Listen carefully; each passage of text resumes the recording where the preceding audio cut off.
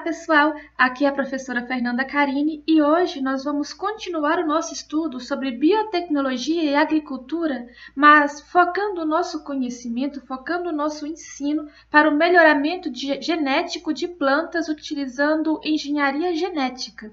Anteriormente, nós estudamos sobre o melhoramento genético de plantas utilizando metodologias convencionais. Agora vamos usar algumas ferramentas da biotecnologia moderna para poder aprimorar as características das plantas. Vamos lá? No nosso primeiro dia de aula, nós já estudamos os conceitos de biotecnologia e chegamos à conclusão de que o conceito mais completo de biotecnologia é aquele que engloba o uso de conhecimento sobre os processos biológicos e sobre as propriedades dos seres vivos com o propósito de resolver problemas e criar produtos de utilidade. Lembra da teoria dos bens e serviços em que a biotecnologia vai utilizar células ou parte de células para resolver problemas ou criar produtos de utilidade pública? Então, é este conceito que nós estamos querendo englobar aqui. Então, o melhoramento genético de plantas, conceitualmente, também é uma biotecnologia, porque o melhoramento genético de plantas é uma ciência que vai visar a modificação genética deste vegetal para torná-lo mais útil ao homem. Então, estará gerando um produto ou um serviço de utilidade para o ser humano, utilizando biotecnologia, é claro. A gente viu na aula passada, nossa aula 1 sobre biotecnologia e agricultura, que o melhoramento genético de plantas é muito antigo. Ele surgiu quando o homem deixou de ser nômade, ou seja, quando o homem se fixou em um determinado local que era mais protegido e tinha maior facilidade de coleta de alimentos. Com o tempo, o homem viu a necessidade de plantar algumas espécies de vegetais. E, para isso, eles tiveram que selecionar aquelas espécies que eram mais saborosas, ou que eram mais saudáveis, mais produtivas ou mais resistentes, ou seja, aquela espécie que tinha alguma característica que era útil para ele. Esse processo em que se seleciona empiricamente algumas espécies vegetais com base em suas características agronômicas é o processo chamado de domesticação. E a domesticação é uma etapa, é um processo de melhoramento genético. O melhoramento genético deixou de ser empírico mesmo quando o homem descobriu o princípio da hereditariedade, descobriu como os genes passavam de pais para filhos e como as características genéticas eram passadas de pais para filhos. Quem conseguiu compreender este princípio da hereditariedade foi um monge, Gregor Mendel, lá em 1865. Vocês vão estudar mais sobre ele quando vocês estiverem estudando genética, no segundo ou no terceiro ano. Mas, por enquanto, eu vou recomendar a leitura de uma notícia muito interessante que foi publicada na Ciência Hoje das Crianças, que vai falar sobre a fantástica história do monge e suas ervilhas. É uma leitura bem didática, bem legal, que eu acho que vocês vão gostar e vale a pena dar uma conferida. Mas o que vale mesmo agora ressaltar é que, com a descoberta do princípio da hereditariedade, foi possível, a partir disso, descobrir muitos outros princípios, fazer muitas outras descobertas, como heterose, mutagênese, genética quantitativa. Cada uma dessas disciplinas vai ser um universo à parte que vocês vão estudar dentro da biotecnologia, caso tenham interesse. Mas o que vale reforçar mesmo é que a descoberta do princípio da hereditariedade teve muita influência no melhoramento genético das plantas, certo? Resumindo, nós podemos afirmar que o melhoramento genético de plantas é uma ciência ou uma arte de modificar plantas para o benefício humano.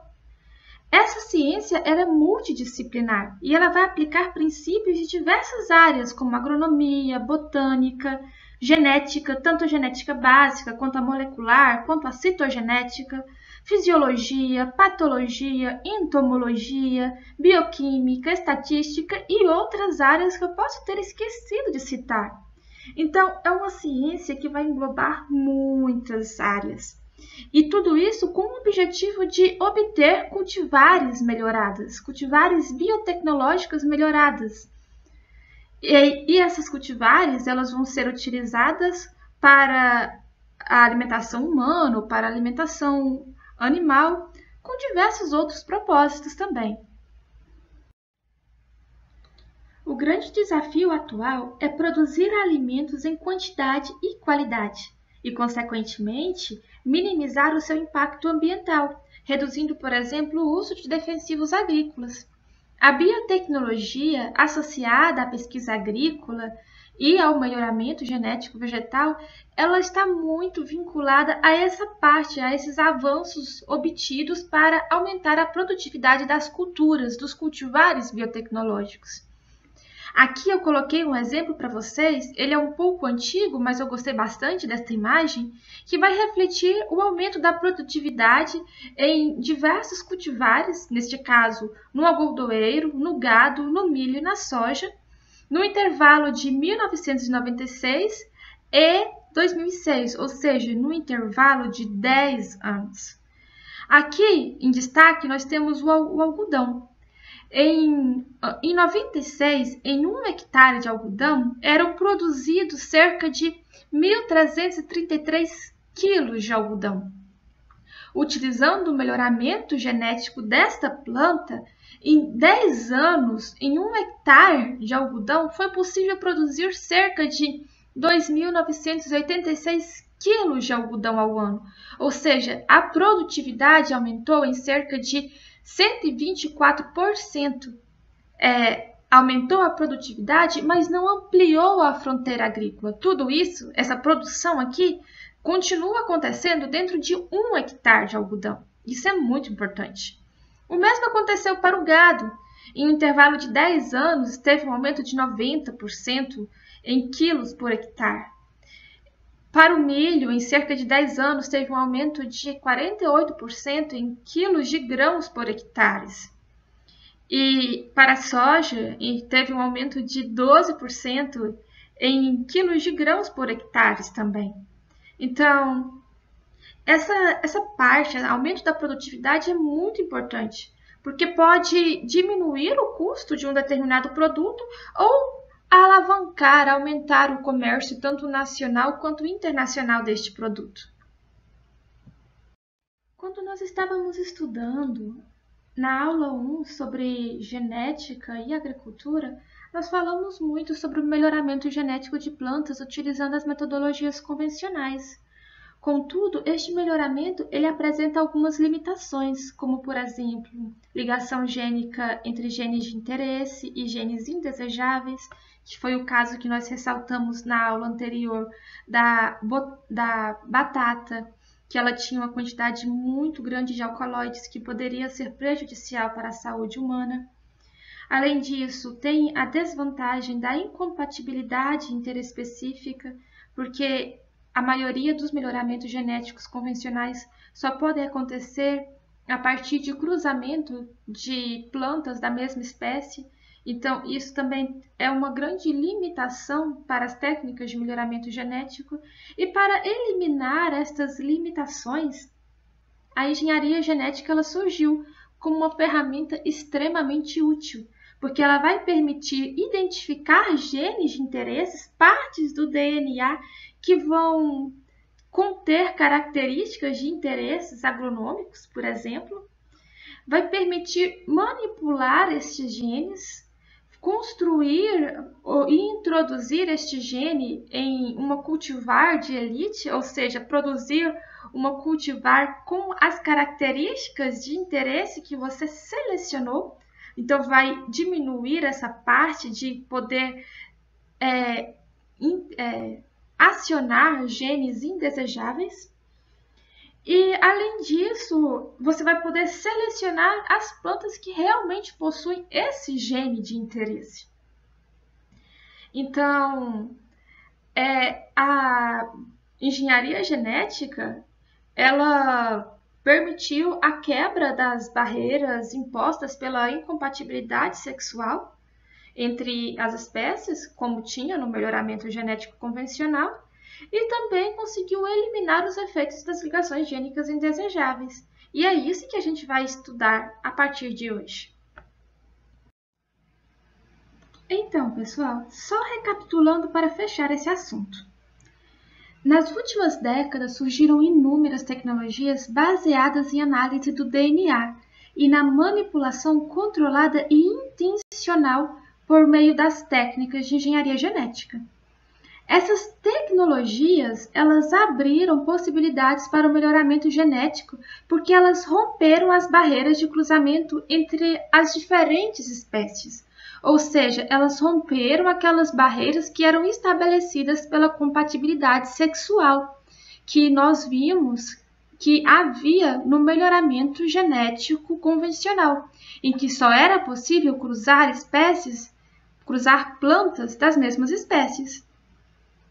Assim, mediante a engenharia genética, foi possível transferir para plantas genes isolados de plantas de outras espécies, ou mesmo de micro-organismos ou de animais, aumentando assim o conjunto gênico, inserindo características que seriam relevantes, seriam úteis de alguma maneira para aquela cultivar, para aquela planta biotecnologicamente modificada. Essa é a base do melhoramento genético de plantas utilizando engenharia genética. E para entendermos melhor este assunto, este conceito de engenharia genética, que muitas pessoas confundem com biotecnologia, é bom nós definirmos já de início alguns termos que vão ser bastante recorrentes a partir de agora. Primeiramente, biotecnologia, ela não é sinônimo de engenharia genética, nós já sabemos. Existe a biotecnologia tradicional, que não envolve nada de engenharia genética. E existe também técnicas de biotecnologia modernas, que não envolvem engenharia genética. A engenharia genética, ela seria uma ferramenta da biotecnologia. Mas vamos definir os termos. Primeiramente, engenharia genética, ela vai se referir ao conjunto de técnicas de biologia e de genética molecular que resulta na construção de moléculas de DNA quiméricas ou moléculas de DNA recombinantes, que são moléculas de DNA que vão possuir pedacinhos de DNA que não são derivados dela, que não são originados dela. Então, são conjuntos de técnicas para construir esta molécula quimérica, este DNA recombinante. Mas o que é um DNA recombinante? Só frisando, vai ser o resultado da ligação, isso vai ter que acontecer em laboratório, de fragmentos de DNA oriundos de diferentes vetores, células e organismos e espécies.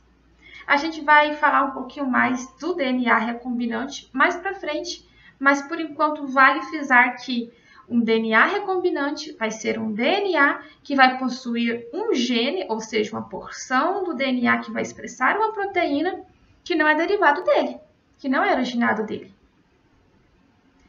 Outro ponto também que nós temos que ressaltar é a transformação genética, que vai ser a introdução e integração deste DNA recombinante, desta parte aqui, no organismo, nessa célula hospedeira. Esse processo ele vai ser realizado em laboratório, ele vai ser a finalização da técnica de engenharia genética. E temos também a biotecnologia, que é o conjunto de técnicas que gera produtos e processos de origem biológica, sendo a engenharia genética um exemplo dessas técnicas. Agora nós vamos comentar um pouquinho sobre a história da engenharia genética. Tudo começou lá em 1972, ou seja, é relativamente bem recente, com a associação de Stanley Cohen, da Universidade de Stanford, com Herbert Boyer, da Universidade da Califórnia.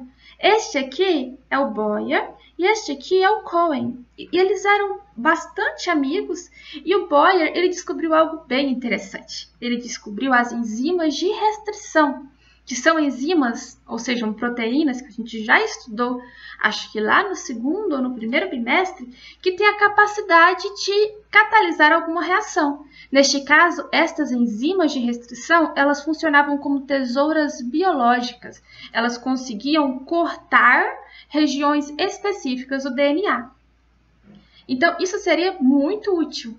E Cohen e os seus colaboradores, eles utilizaram essa tecnologia descoberta por Boeing para formar plasmídeos recombinantes. Só para relembrá-los, plasmídeos são moléculas de DNA, estruturas de DNA circular que estão presentes na bactéria. As bactérias elas vão ter o seu cromossomo, o seu DNA cromossomal, e além disso elas vão ter essas unidades que são os plasmídeos. Os plasmídeos eles vão se multiplicar independentemente da multiplicação celular. E eles vão garantir algumas características para as bactérias, principalmente resistência a intempéries, por exemplo.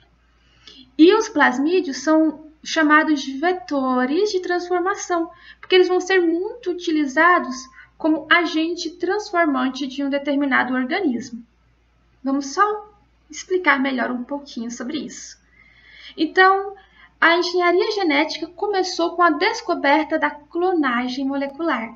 A clonagem seria o seguinte: tem um DNA forasteiro, um DNA exógeno, que tem uma característica de interesse. Vamos pensar que a característica de interesse, neste caso, seria a resistência a um determinado antibiótico. Então, ele vai pegar uma enzima de restrição e vai cortar este DNA estrangeiro em uma região que vai ter que dentro dela vai ter a característica de interesse, ou seja, a resistência aos antibióticos. As enzimas de restrição, elas têm uma característica interessante. Elas vão produzir finais coesivos. Então, quando elas cortam o DNA, esse DNA, esse pedacinho de DNA resultante, ele vai conseguir se encaixar em outras sequências de DNA. Neste caso, ele se encaixaria, por exemplo, em uma sequência de DNA de um plasmídio. Se este plasmídio também for cortado por uma enzima de restrição, ele também vai ter uns finaizinhos coesivos. E esses finais coesivos podem se ligar ao final coesivo deste gene de interesse, formando, assim, quem que vai fazer essa ligação, primeiramente, é uma outra enzima chamada de ligase. E quando essa ligação ocorrer, vai formar o seu plasmídio recombinante, vai acontecer a clonagem desse plasmídio recombinante. Então, esse plasmídio recombinante vai ser inserido em uma célula, por exemplo, uma célula bacteriana, como a célula da E. coli, e essa célula vai ser chamada de transformada.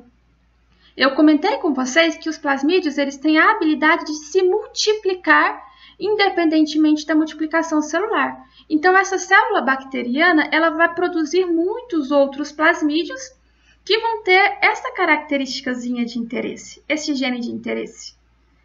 Este é o princípio básico da clonagem, do procedimento de clonagem da engenharia genética. Caso vocês não tenham entendido, por favor, entrem em contato comigo depois, que eu posso explicar melhor para vocês.